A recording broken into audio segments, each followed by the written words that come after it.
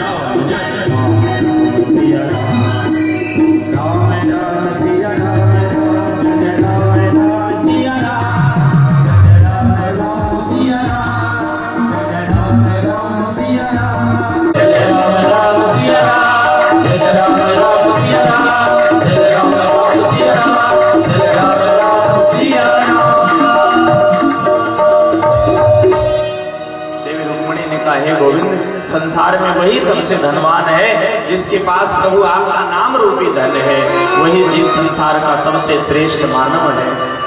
इसलिए हे गोविंद, यह मेरा सौभाग्य है गोविंद, जो आपने हमें स्वीकार कर लिया, यह हमारा सौभाग्य है। आचार्य श्री सुखदेव जी महाराज ने समस्त प्रसंगों का वर्णन करते हुए कहते हैं, एक पौंड्रक नाम के राजा थे जो नकली द्वारिकाधीश कृष्ण बन रहे थे काशी नरेश की सहायता से। मेरे गोविंद ने सुदर्शन चक्र के माध्यम से पौंड्रक का उद्धार किया, काशी नरेश को दंड दिया और प्रभु ने सायुज्य मुक्ति प्रदान की। आचार्य श्री सुखदेव जी कहते हैं, राजन, एक बार महाराज जी के मन में इच्छा हुई कि चलो चलकर हम देखते हैं कि जिन गोविंद का परिवार इतना बड़ा है, 16,108 जिनकी पत्नियां हैं, सबके पास पुत्र है, पौत्र है, बहुएं भी आ गई, ऐसे कृष्ण का जीवन द्वारिका में कैसा व्यतीत हो रहा है। चल करके भगवान की गारहस्थ लीलाओं का हम दर्शन करते हैं। श्री नारद जी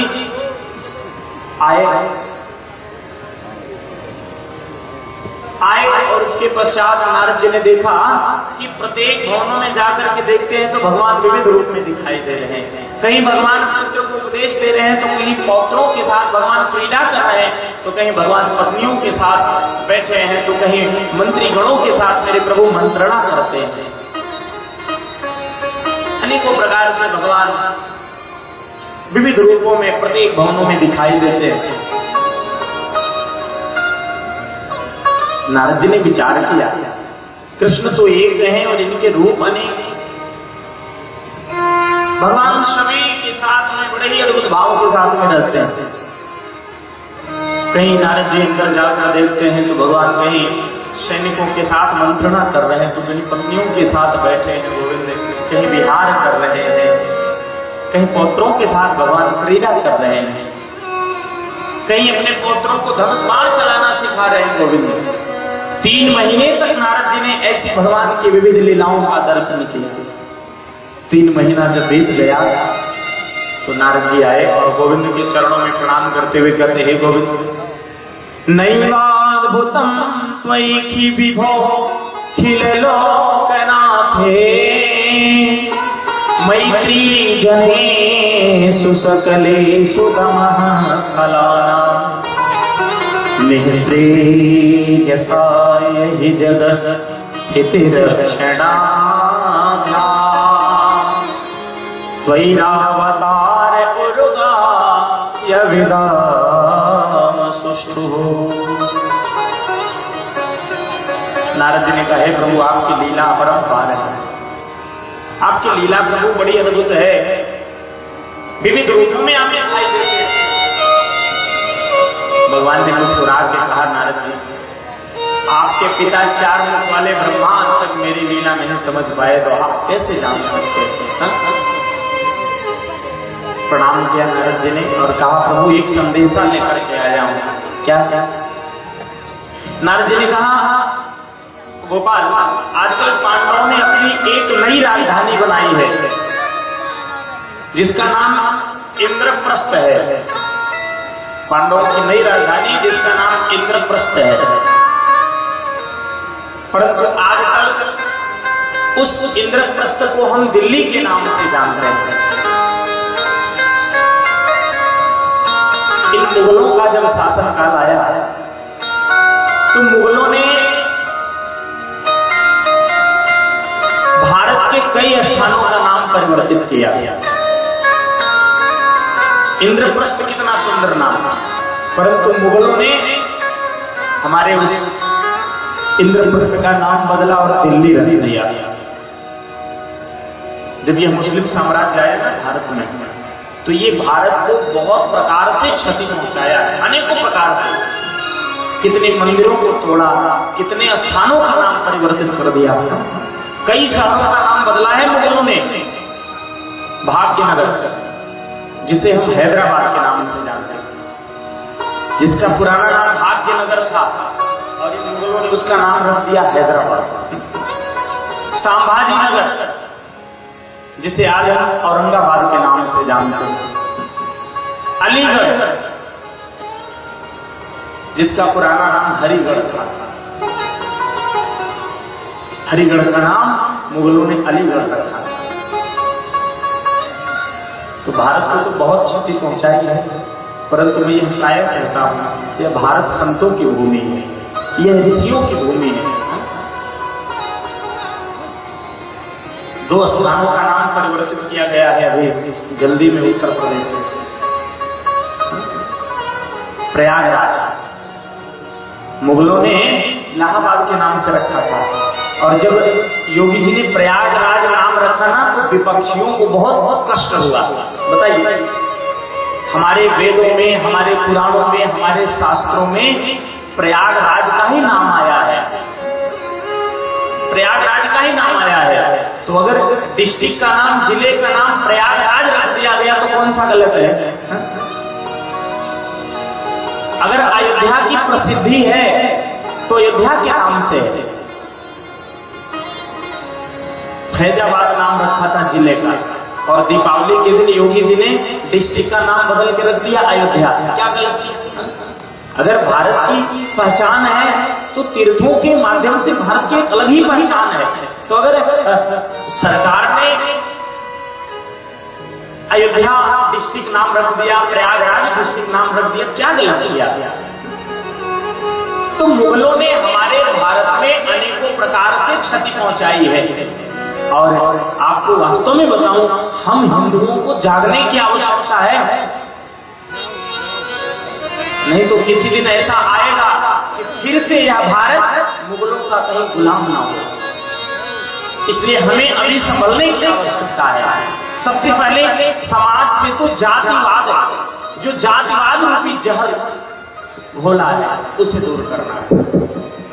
जब तक हम संभलेंगे नहीं, हम एक दूसरे को जानने का प्रयास नहीं करेंगे, बहुत गलत समय आ जाएगा। इसलिए हमको बहुत सोच समझ करके कोई भी निर्णय लेना चाहिए। तो मुगलों ने आज उसका नाम दिल्ली रखा, वह पांडवों के द्वारा बसाई हुई थी दिल्ली। उसका नाम पुराना इंद्रप्रस्थ था, पांडवों की वही राजधानी थी।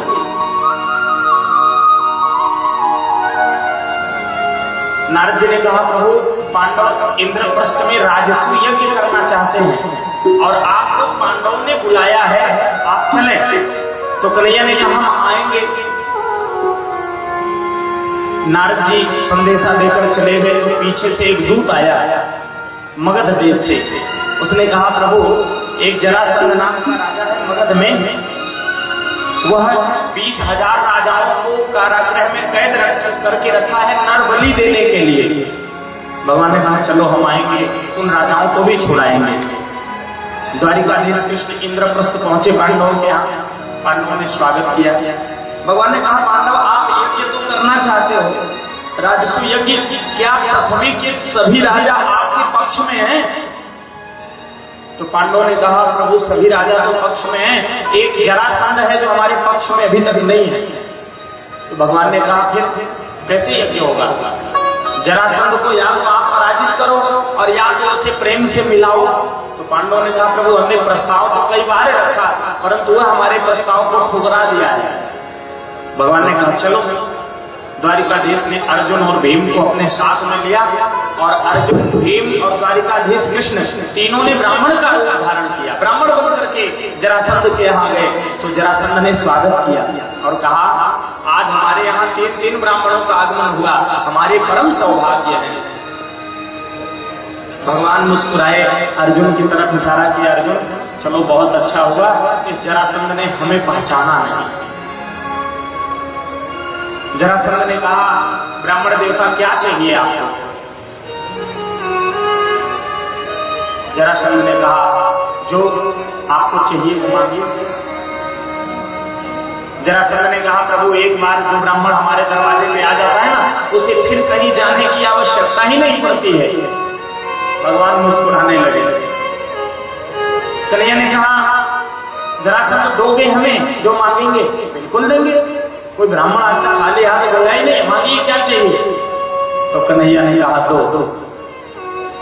युद्धम नो देहि राजेंद्र द्वंद्वशो यदि मन्यसे युद्धार्थिनो वयं प्राप्ता राजन्यान्यकांक्षिण।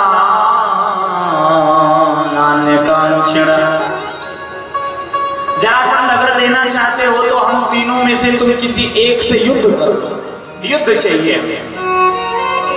जरासंध मुस्कुराने लगा, ब्राह्मण और युद्ध, यह कहाँ संभव है? ब्राह्मण तो युद्ध करता ही नहीं है। जरूर मेरे साथ छल हुआ, आप ब्राह्मण नहीं हो सकते हो। अब बताओ आप हो कौन? अब तो मैं अपने वचन से हार ही गया हूं, क्या कौन है आप? अपना वास्तविक परिचय दीजिए। तो कन्हैया ने कहा, मेरा नाम द्वारिकाधीश कृष्ण, ये मेरी दाहिनी तरफ अर्जुन खड़ा और बाईं तरफ भीम। जरासंध बड़ी तेजी से मुस्कुराया, द्वारिकाधीश कृष्ण आप और युद्ध करोगे हमसे? अरे मैंने तो युद्ध में आपको पहले ही पराजित किया है, आप हमसे क्या युद्ध कर सकते हो? कन्हैया ने अर्जुन की तरफ इशारा किया, अर्जुन देखो तो इस जरासंध को मैंने